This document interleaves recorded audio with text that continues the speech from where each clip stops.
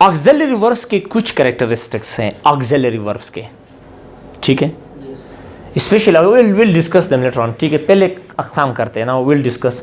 There are two types of auxiliary verbs. Auxiliary verb कितने अक़साम के हैं? दो। एक को हम कहते हैं प्राइमरी ऑक्सिलरी वर्ब्स। एक को हम क्या कहते हैं? Primary auxiliary verb. दूसरे को हम कहते हैं मॉडल ऑक्सिलरी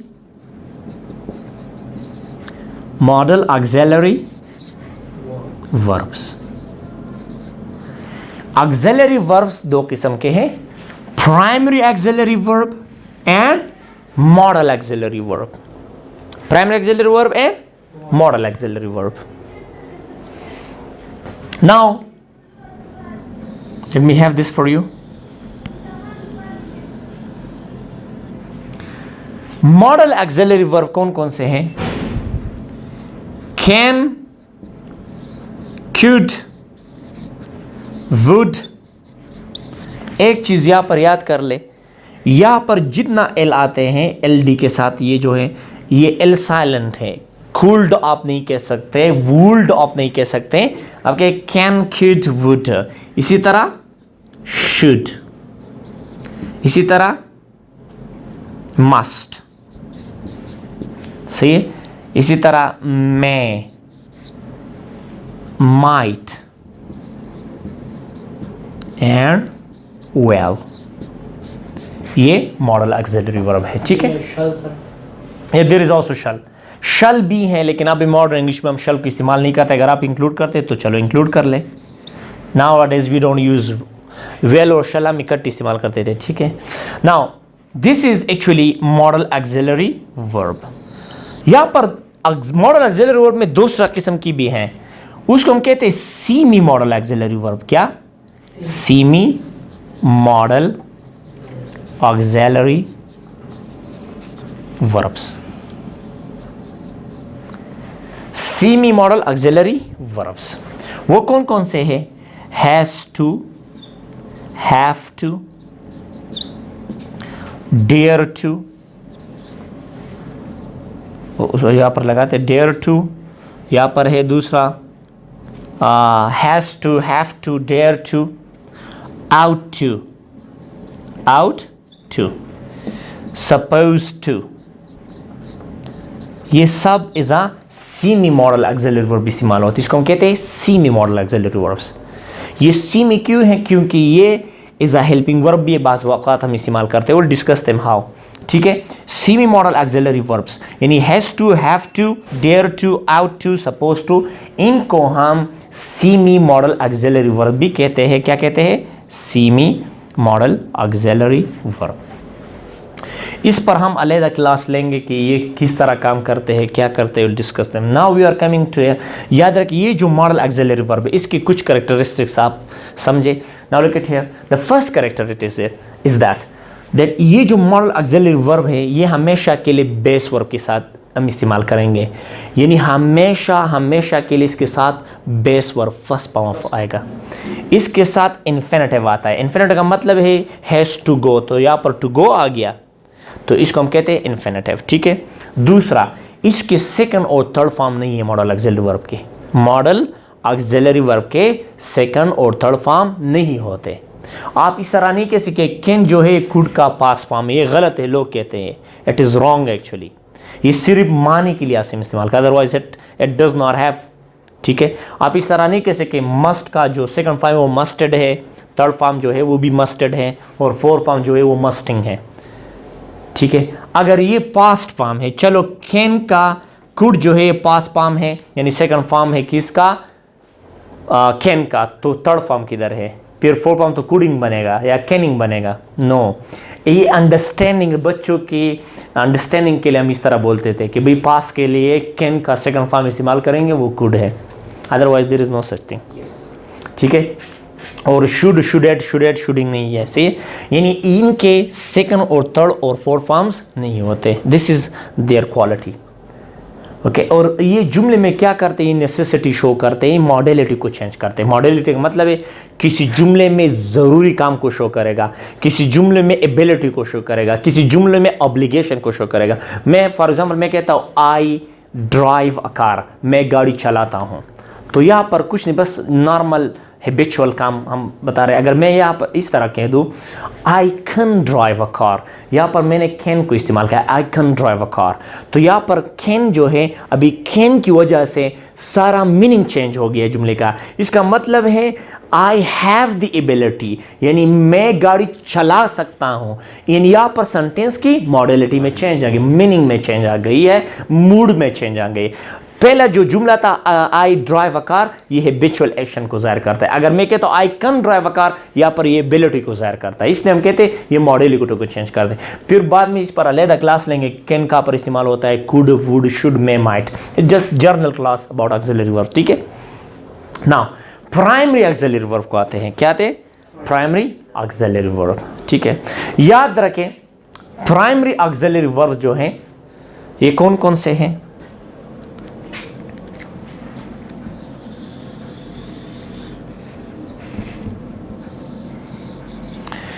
इसमें एक है टू बी वर्ब, क्या है, to be verbs, to be verb या टू बी फॉर्म भी कहते हैं। ये कौन कौन से हैं, is, am, are, was, were, be, being और बीन भी हैं, ठीक है। ये तमाम जो हैं ये टू बी वर्ब के फॉर्म है। इंग्लिश में याद रखें, इंग्लिश में हर वर्ब के 4 फॉर्म होते हैं। एक वर्ब है जिसके 7, 8 बल्कि 9 फॉर्म है, वो कौन सा है, द वर्ब टू बी, ये इसके फॉर्म है। इस ऑक्सिलरी में, मॉडल ऑक्सिलरी में और इसमें फर्क यही है, ठीक है। टू बी वर्ब जो है is, am, are, was, were, be, being, been, खुद बी भी एक फॉर्म है द वर्ब टू बी का। कितने फॉर्म है, 1 2 3 4 5 6 7 8, वाहिद वर्ब है इंग्लिश में जिसके 8 अशकाल हैं, 8 फॉर्म्स हैं। अगर आपको कहते हैं कोई I am a student, am क्या है, तो आप कहेंगे it is a to be verb form, यानी ये एक टू बी वर्ब का एक फॉर्म है। अभी इज अ हेल्पिंग वर्ब भी इस्तेमाल होता है, इज अ मैन वर्ब भी, वो बात तो बाद में करेंगे, ठीक है। एक तो ये है। दूसरा डू, डज, डेड, ये भी ऑक्सिलरी वर्ब में आते हैं, डू, डज, डेड। इसी तरह ये भी ऑक्सिलरी वर्ब में आते हैं, हैज, हैव और हैड, हैज, हैव और हैड, ये भी ऑक्सिलरी वर्ब है। कौन सी वर्ब है auxiliary verb, primary auxiliary verb. Primary auxiliary verb में 3 किस्म के, to be verb, do, does, did, has, have और had. Did you get that? Now the question is, या तो ये एज अ मैन वर्ब इस्तेमाल होते हैं या तो एज अ हेल्पिंग वर्ब इस्तेमाल होते हैं। मैं एक आसान फार्मूला आपको बताता हूँ, very easy, listen to me. अगर इन प्राइमरी ऑक्सिलरी वर्ब के साथ, इन के साथ, ठीक है, अगर इन के साथ मैं यहाँ पर लिखता हूँ PAV, प्राइमरी ऑक्सिलरी वर्ब, अगर इनके साथ जुमले में कोई और मैन वर्ब आ जाए, क्या आ जाए, मैन वर्ब आ जाए, तो यहां पर जो प्राइमरी ऑक्सिलरी वर्ब होंगे तो वो क्या होंगे, उसको फिर हम हेल्पिंग वर्ब्स कहते हैं। क्या कहते हैं, हेल्पिंग वर्ब्स, ठीक है। अगर इन ऑक्सिलरी वर्ब, इनको इनके साथ नहीं, ओके, अगर इनके साथ प्राइमरी ऑक्सिलरी वर्ब के साथ कोई मैन वर्ब आ जाए, क्या आ जाए, मैन वर्ब, तो फिर इन ऑक्सिलरी वर्ब को हम क्या कहते हैं, हेल्पिंग वर्ब। ये फर्क है, इस्तेमाल में फर्क है। मसलन एग्जांपल को आप देख ले यहां पर, okay, let me give you an example. Look at here please. If I say I am writing a letter, I am writing a letter, ठीक है। इधर देख ले, I am writing a letter. Auxiliary verb I am writing a letter में कौन सा auxiliary verb है? Am है ना ऑक्सिलरी वर्ब। यार stop writing please, look at the board. I am writing a letter, यहां पर कौन सा ऑक्सिलरी वर्ब है? I am writing a letter. I am sir. Am जो है ये एक ऑक्सिलरी वर्ब है। नाउ इस फार्मूले को देख ले, अगर प्राइमरी ऑक्सिलरी वर्ब, एक प्राइमरी ऑक्सिलरी वर्ब है यहां पर, अगर इसके बाद मेन वर्ब आ जाए, राइटिंग जो है ये एक मेन वर्ब है और एम जो है वो PAV है ना, प्राइमरी ऑक्सिलरी वर्ब है, इसके बाद मेन वर्ब, लिहाजा ये यहां पर इज अ हेल्पिंग वर्ब इस्तेमाल हो गया है, is a helping verb. Are you getting it?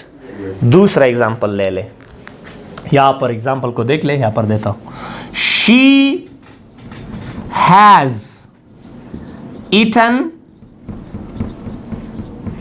Apples, वो सेब खा चुके हैं। She has Eton apples. Now she has Eton apples, तो यहां पर प्राइमरी ऑक्सिलरी वर्ब कौन सा है? हैज, क्योंकि यहां पर है हैज, दिस इज हैज। अभी फार्मूले के अप्लाई कर ले, इस प्राइमरी PAV के साथ मेन वर्ब आया या नहीं आया? इटन मेन वर्ब है, तो लिहाजा ये क्या बन गया? Helping verb. सिंपल। अभी ये कब इज अ मेन वर्ब होगा? Do you understand now? When will be it work is a main verb? जब PAV यानी प्राइमरी ऑक्सिलरी वर्ब, यहां पर मैं लिखता हूं, let me give me eraser please.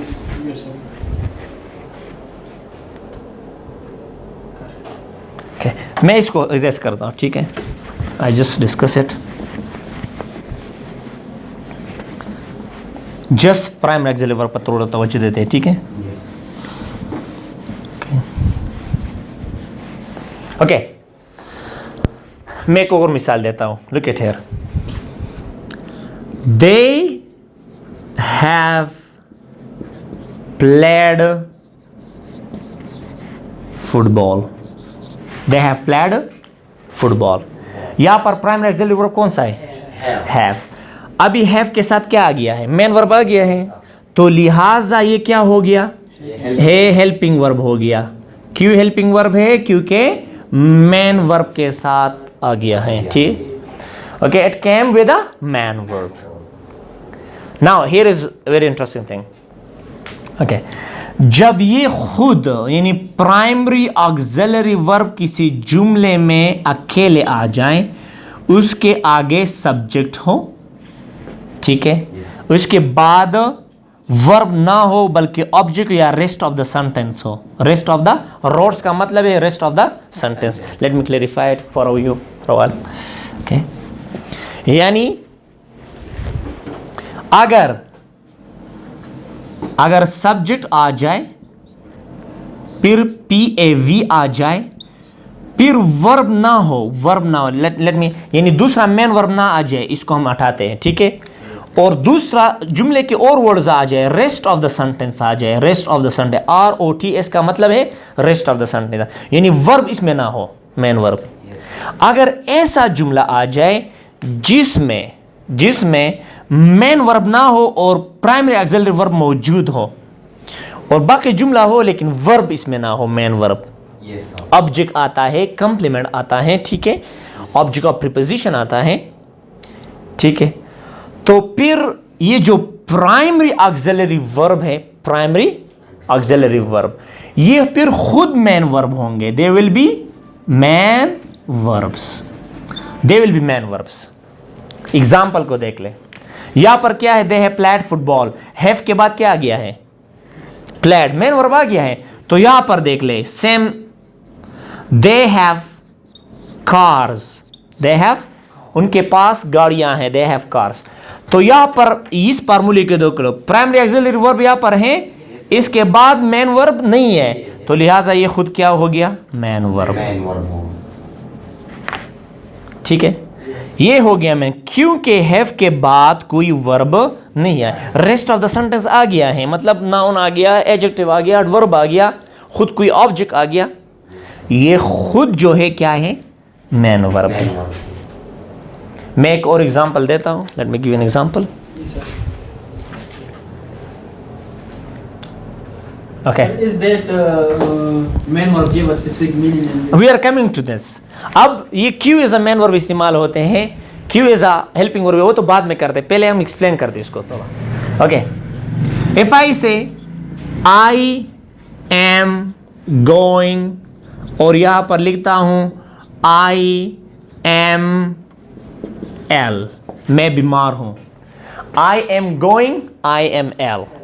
ठीक है, तो यहां पर ये भी प्राइमरी ऑक्सिलरी वर्ब है, ये भी प्राइमरी ऑक्सिलरी वर्ब है. ठीक है, यहां पर इसके बाद मेन वर्ब आ गया, लिहाजा ये क्या बन गया, ये हेल्पिंग वर्ब बन गया. इस एम के बाद एडजेक्टिव आ गया है, ये वर्ब नहीं है, मेन वर्ब नहीं, एडजेक्टिव है, और ये खुद अकेला आ गया है, तो ये खुद मेन वर्ब का काम करेगा, मेन वर्ब. चलो मैं एक जुमला आपको बताता हूं. इसमें शी इज अ टीचर, इसमें ये जो प्राइमरी ऑक्सिलरी वर्ब है इज, ये मेन वर्ब है या हेल्पिंग वर्ब है? मेन वर्ब है. क्यों मेन वर्ब? क्योंकि इसके बाद कोई दूसरा वर्ब नहीं है, तो वो कह रहा है कि हेल्पिंग वर्ब है. ये क्या है? I am a teacher. आप बता दो, आई एम अ टीचर. ये एम हेल्पिंग वर्ब है या मेन वर्ब है?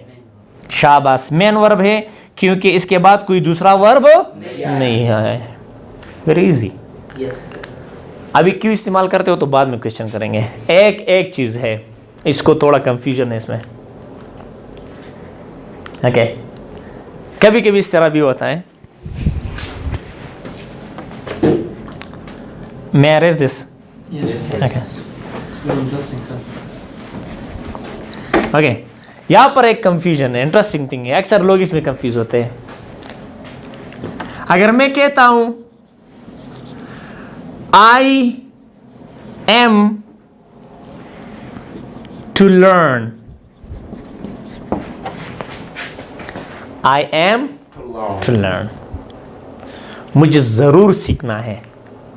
इस तरह जुमले अक्सर आते हैं, या इसी तरह आता है. For example, he is to play, उसे जरूर खेलना चाहिए. ऐसे स्ट्रक्चर आते हैं. अब यार मसला बन गया. लुक एट हियर, यहाँ पर वर्ब है या नहीं है? Verb नहीं है. क्यों नहीं है यार? टू लर्न नहीं है? टू लर्न वर्ब नहीं है? Learn verb is not a verb. Learn is a सीखना. learn verb है sir. Object नहीं है.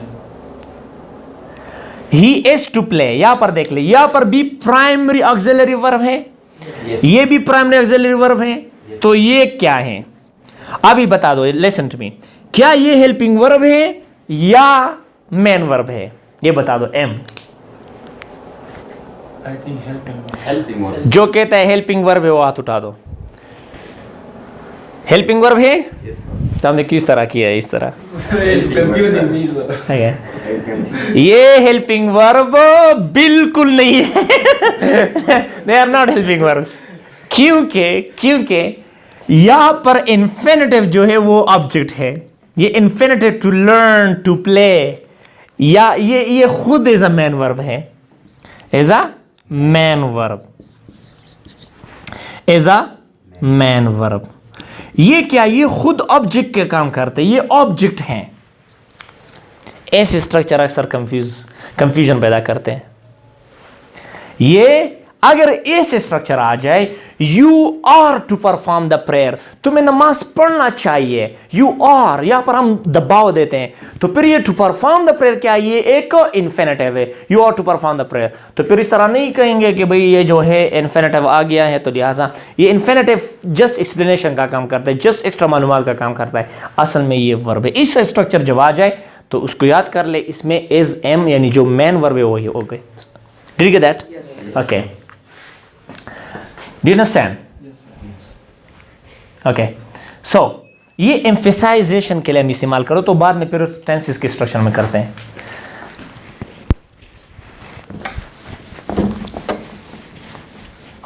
ओके, सो हियर इज, अगर इसको हम एज अ हेल्पिंग वर्ब इस्तेमाल करते हैं, क्या इस्तेमाल करते हैं? ऑक्सिलरी वर्ब को, प्राइमरी ऑक्सिलरी वर्ब को एज अ हेल्पिंग वर्ब। दूसरा किस तरह इस्तेमाल करते हैं? As a main verb. ठीक है, तो इसके फायदे क्या है? नंबर 1, हेल्पिंग वर्ब टाइम को शो करता है। टाइम, हेल्पिंग वर्ब टाइम को शो करता है। सेकंड, टेंस को बनाता है। हेल्पिंग वर्ब से आपको पता चलता है कि कौन सा टेंस है, ज्यादातर, सब टेंसेस में नहीं है, ज्यादातर। ये हेल्पिंग वर्ब नेगेटिव, पॉजिटिव और इंट्रोगेटिव, यहां पर मैं लिखता हूं इंट्रोगेटिव स्टेटमेंट बनाते हैं, नेगेटिव इंट्रोगेटिव स्टेटमेंट बनाते हैं। ठीक है, एग्जांपल देता हूं। जब यहां पर देख लो एग्जांपल को, टाइम किस तरह चेंज होता है। इफ आई से मैं इरेज दिस गाइस, इसको इरेज करता हूं। ठीक है, we don't need it now.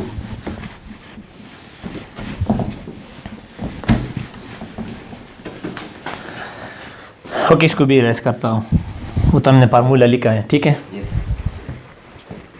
ताकि हमारे ओके, जब एज अ हेल्पिंग वर्ब आ जाए तो टाइम को शो करता है, टेंस को बनाते हैं, नेगेटिव, पॉजिटिव, इंट्रोगेटिव को बनाते हैं। ठीक है, इंट्रोगेटिव नेगेटिव को किस तरह बनाते हैं? इसके साथ adverb of affirmation, adverb of negation लगाते हैं, नॉट। ठीक है, वो तो बाद में करेंगे। मैन वर्ब पहले तक करते हैं। टेंस, टाइम किस तरह टाइम को चेंज करता है, टाइम को शो करता है। मसलन यहां पर मैं लिखता हूं I am going, is a helping verb इस्तेमाल हो गया है ना, एम। और यहां पर मैं लिखता हूं आई वॉज गोइंग। दो जुमले हैं, इन जुमलों में मैंने सिर्फ एम को वाज में चेंज किया, तो टाइम चेंज हो गया नहीं। यहां पर present continuous, I am going का मतलब मैं अभी जा रहा हूं, और आई वॉज गोइंग का मतलब मैं जा रहा था। तो हेल्पिंग वर्ब को मैंने चेंज किया, लिहाजा टाइम को भी चेंज होगा, टाइम भी चेंज हो गया। ठीक है, this is one. Okay, second, tense को भी बनाता है। इसके जरिए से हम टेंस बनाते हैं। मसलन आई एम गोइंग, अगर एम यहां पर नहीं होता तो आप टेंस को नहीं बना सकते। इससे पता चलता है कि कंटिन्यूअस टेंस है। इससे पता चलता है कौन सा कंटिन्यूअस है, प्रेजेंट कंटिन्यूअस। इससे पता चलता है पास्ट कंटिन्यूअस है। ठीक है, सो नाउ नेक्स्ट, इसको हम पॉजिटिव इंट्रोगेटिव वही बनाते, will discuss them next time. Okay, he does not, he I do not. Okay, so अभी आते हैं मैन वर्ब को। जब एज अ मैन वर्ब ये आ जाए, एज अ मैन वर्ब, तो क्या करते हैं? एज अ मैन वर्ब ये बहुत ज्यादा काम करते हैं। ठीक है, मैं इरेज दिस। जब एज अ हेल्पिंग वर्ब आ जाए तो टाइम, टेंस, नेगेटिव और पॉजिटिव इंट्रोगेटिव बनाते हैं। मसलन किस तरह इंट्रोगेटिव बना? अगर मैं कहता हूं Ali does not go to school, यहां पर डस क्या है? हेल्पिंग वर्ब है, क्योंकि वहां पर गो आया है, मैन वर्ब है। तो डस को आगे लाओ सब्जेक्ट से, तो क्या बनेगा? Interrogative. Very easy, this there is nothing. Okay, now so let me erase this now. अभी अगर इसको हम एज अ मैन वर्ब इस्तेमाल करते हैं तो फिर क्या होगा? मैं यहां पर is a main verb, is a main verb, यहां पर मैं एग्जांपल पहले लिखता हूं, आपके लिए आसान होगा फिर। ओके, इफ आई से आई हैव अ कार,